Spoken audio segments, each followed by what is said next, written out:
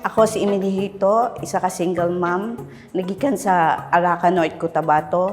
Usa ako ka household helper diri sa Davao. Nangita ko trabaho diri sa Davao. Tuwali kahilak ko na ako. 10 years ako ang nagbuhi sa akong nakakana.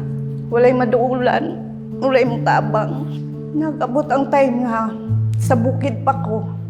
Tanang gibuhat na ako at trabaho kumpanya na maligya og gulay, mangumpra og gulay, mag-drive og baog-baog para lang makapaninda og gulay diri sa Torrent. Naabot ang time nga murag di na gyud ako kaya, wala na, as in lunod na ako. Tapos akong anak na panganay gusto gyud siya mo eskwela. Nangya gyud ang bata. Time naapa ko isa ka trabaho nga applyan. Murag di ano ko niya ba nga di na ako kaya kay idara na daw ko. Mura kong nahugno. Kaya siyempre ginaisip na ko akong anak nagahangyo yun sa ko ang mo eskwela. Naabot ang time nga nagalakaw ko. Nag-iisip ko nga lang, murag di na yun ako kaya. Murag mo surrender na dyan ko, anak ba. Walay kaon, walay pamasahe, as in kabaklay. Gusto na kumawala sa kalibutan. Pero ganoon na ako ng dawa ka anak. Nga nagahangyo sa ko. Naabot ang time na nagalingkod ko kahila. Nay nanawag sa ko. Si Mikay.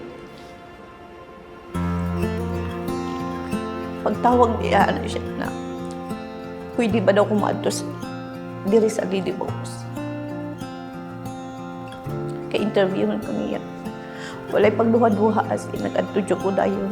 Nagka-istoryahan na yun gidawat ko nila, gusto nila kuwaon ako dayon na ba ako pa niya uliun sa nako kong anak kay napod ko isa ka anak nga naapot sa bukid nabili na ako nga siya tapos isa dako kong pasalamat sa Ginoo nga nag-abot silang mag-asawa sa akong ginabuhi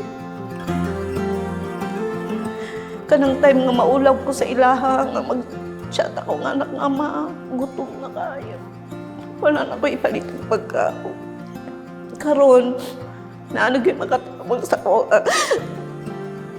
sa akong mga problema kung sa akong problema sa akong mga anak walay makaon akong mga anak na anay bigay og Jackie mo support thank you kay Lord ngagiyatan niya kung sa tamang tao nga makatapat sa ako bless lang sa Ginoo kay gitagaan ko nilang duha ka anak nga makasabot yun sa ilang mama sa sitwasyon sa ilang mama. Diri sa ilahan na tagamtaman yun ako ang kanang life nga murag kanang kung asa sila kuyog ko. Happy. Simple lang ang mga tao. Karon sa tabang sa akong duha ka amo, gusto po na ako ibalik sa ila kung sa ilang natabang sa ako sulod sa isa ka tuig.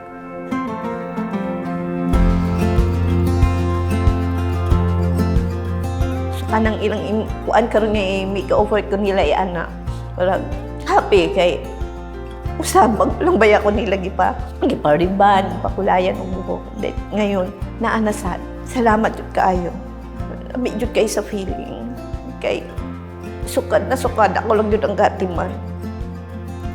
Tinuod jud ana og wala ang akong duha ka amo dili jud ko makapalit og para sa akong sarili. Kabalo gid sila. Kaya nga akong pagpanabaho para lang sa akong pakano.